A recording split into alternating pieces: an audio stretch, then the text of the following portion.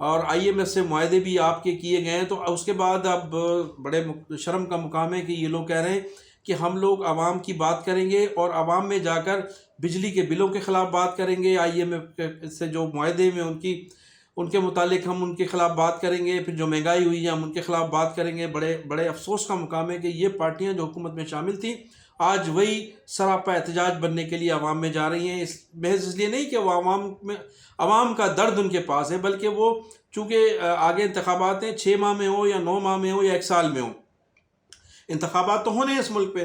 تو اب انتخابات کے لیے اپنے ووٹر پیدا کرنے کے لیے اور اپنے اوپر سے یہ دھبا ہٹانے کے لیے اب یہ جماعتیں جو ہیں عوام کے درمیان آپ کو نظر آئیں گی، ان کے لیڈران آپ نظر آئیں گے، تو لوگوں کو چاہیے کہ وہ ان کا احتساب کریں اور اپنی صفوں میں ان لوگوں کو داخل، کم از کم ان لوگوں کو داخل نہ ہونے دیں۔ اب ناظرین میں آپ کو بتاتا چلوں کہ سابق DG ISI جنرل فیض حمید، جنرل ریٹائر فیض حمید، جن کے متعلق گزشتہ کئی دنوں سے خبریں وائرل ہو رہی ہیں سوشل میڈیا پر کہ انہیں جو ہے وہ گرفتار کر لیا جائے گا، تو اب وہ وقت آ گیا ہے کہ GHQ کی جانب سے باقاعدہ جو جس قسم کے پیپرز منظور ہوتے ہیں وہ پیپر منظور کر لیے گئے ہیں، تو جنرل فیض حمید سابق DG ISI جنرل فیض حمید کسی بھی وقت گرفتار ہو سکتے ہیں اور کسی بھی وقت وہ خبروں کی زینت بن سکتے ہیں۔ تو یہ ایک خبر تھی اڑتی ہوئی اور یہ انتہائی موثوق ذرائع نے مجھے بتایا ہے کہ فیض حمید کسی بھی وقت گرفتار ہو سکتے ہیں، اور ان کی گرفتاری کے بعد پھر بہت سے چہرے بھی بے نقاب ہوں گے اور بہت سے چہرے بھی ان کی گرفتاری کے بعد ان لوگوں کی بھی گرفتاری عمل میں آ سکتی ہے۔ ناظرین اب میں ذکر کروں گا پاکستان پیپلز پارٹی کے خلاف جو موجودہ صوبائی حکومت اور وفاقی حکومت کی جانب سے جو گہرا تنگ کیا جا رہا ہے، اس میں سب سے پہلے تو مکیش چاولہ صاحب کی گرفتاری کے احکامات صادر فرما دیے گئے ہیں اور ان کے فرنٹ مین بھی گرفتار کیے گئے ہیں، ان کے بنگلوں سے اور ان کے گھروں سے بڑے پیمانے پر رقوم بھی برآمد کی گئی ہے، گولڈ بھی برآمد کیا گیا ہے۔ رقوم جو ہے وہ ریال میں اور پاؤنڈز کی صورت میں اور اس کے علاوہ ڈالر کی صورت میں ان کے گھروں سے برآمد ہوئے، واش روم سے نکالے گئے ہیں، واش روم کی چھتوں سے، دیواروں سے مکیش چاولہ صاحب کی جو ہے وہ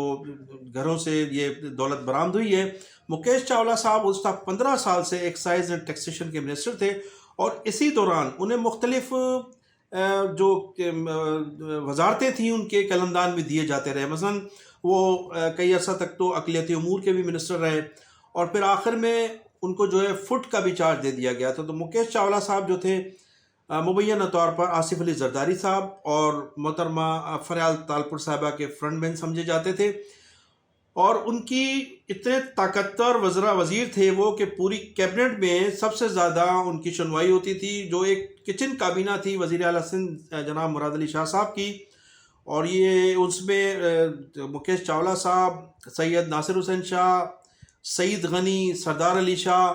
اس طرح سے یہ جو چند شرجیل انعام میمن، یہ ان میں ان کا شمار ہوتا تھا، اور بتایا جاتا ہے کہ یہ سب سے زیادہ قریب آصف زرداری صاحب کے سمجھے جاتے تھے، اور یہ گزشتہ 15 سال سے مسلسل ایکسائز اور ٹیکسیشن کے منسٹر تھے۔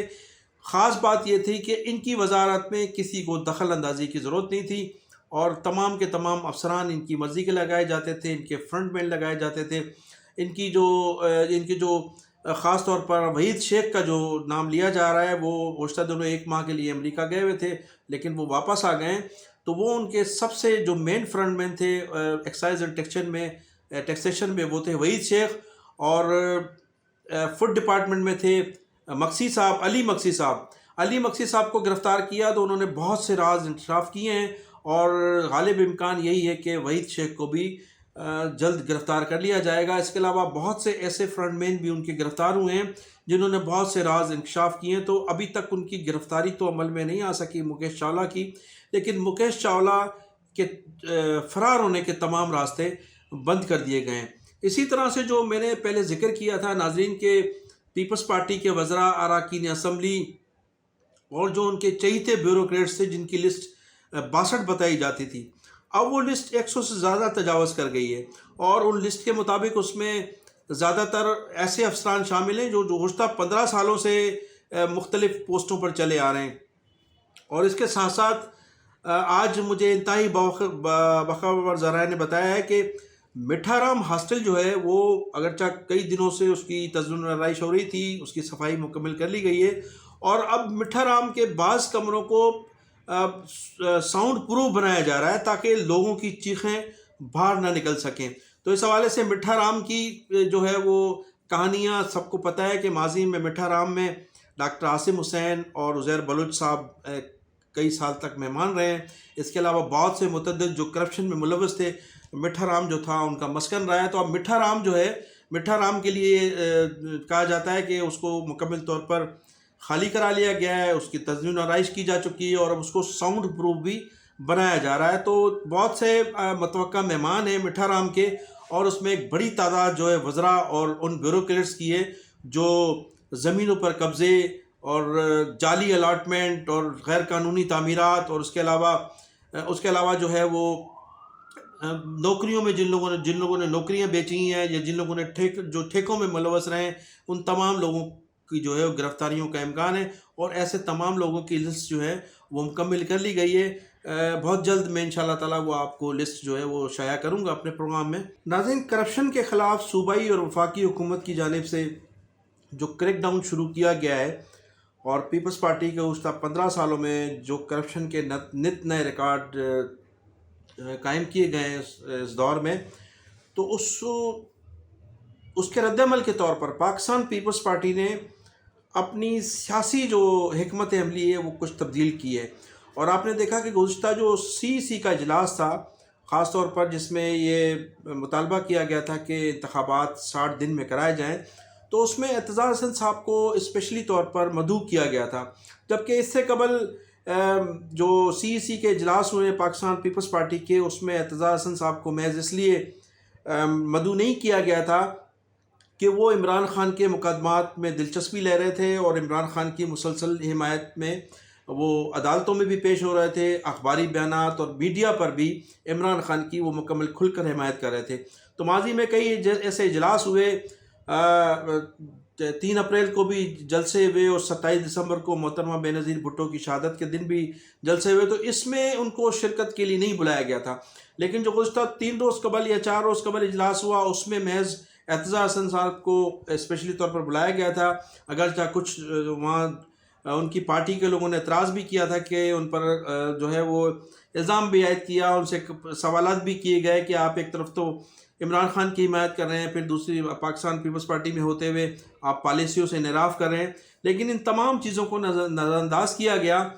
اور اسی قسم کی ایک چھوٹی سی غلطی کی تھی جناب نواز کھوکھر نے، جنہوں نے اسٹیبلشمنٹ کے خلاف 1-2 اسٹیٹمنٹ جاری کیے تھے، تو آصف علی زرداری صاحب نے ان سے استعفیٰ طلب کر لیا تھا، اور اس طرح سے ان کو پارٹی سے فارغ کر دیا گیا تھا۔ لیکن اعتزاز احسن صاحب کے سلسلے میں ایسا نہیں ہوا، اور اعتزاز احسن صاحب کو اسپیشلی طور پر اس اجلاس میں محض اس لیے بلایا گیا تھا کہ تاکہ جو اقدامات ہو رہے ہیں پاکستان پیپلز پارٹی کے خلاف موجودہ صوبائی حکومت اور وفاقی حکومت کی جانب سے،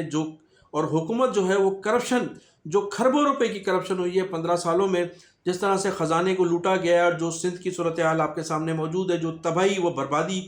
ہوئی ہے سندھ میں، اس کے ازالے کے لیے جو صوبائی حکومت اور وفاقی حکومت تقریباً 150 سے زیادہ گرفتاریاں بھی کرنے جا رہی ہے، ان سے جو ہے وہ دولت بھی نکلوانے جا رہی ہے۔ جس طرح سے آپ نے دیکھا کہ مکیش چاولہ صاحب کے پاس جو ہے کھربوں روپے برآمد ہوئے ان کے گھروں سے۔ اس طرح سے اگر 100-150 سے لوگوں کو گرفتار کیا گیا اور ان سے اتنی پیمانے پر رقم برآمد ہوئی، تو پھر آئندہ IMF کی قسط بھرنے میں بڑی آسانی ہوگی۔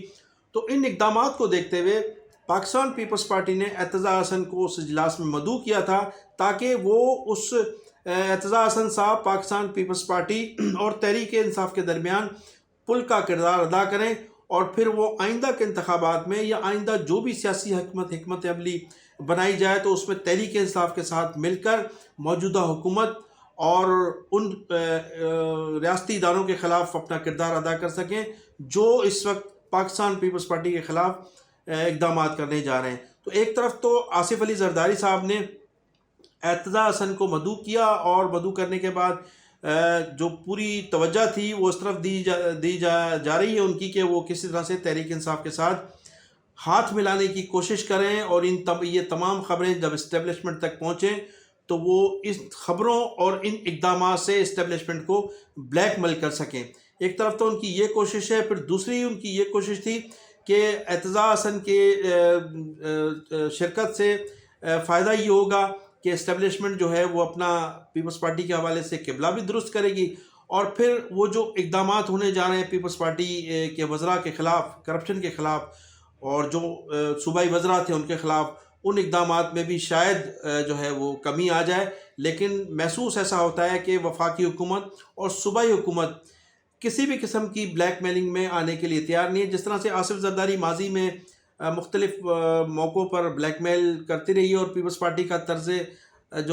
سیاست ہے وہ یہی رہا ہے کہ وہ سندھ کی بات کرتے ہیں، پنجاب میں ان کا طرز سیاست جو ہے کچھ اور ہوتا ہے۔ تو اس مرتبہ محسوس ہوتا ہے کہ اسٹیبلشمنٹ اور حکومتیں وہ کسی بھی صورت بلیک میل ہونے کے لیے تیار نہیں ہیں، اور تسلسل کے ساتھ مقدمات بھی درج ہو رہے ہیں اور لوگوں کی گرفتاری کے لیے کوششیں بھی کی جا رہی ہیں، اور تمام ایسے کرپٹ عناصر کے خلاف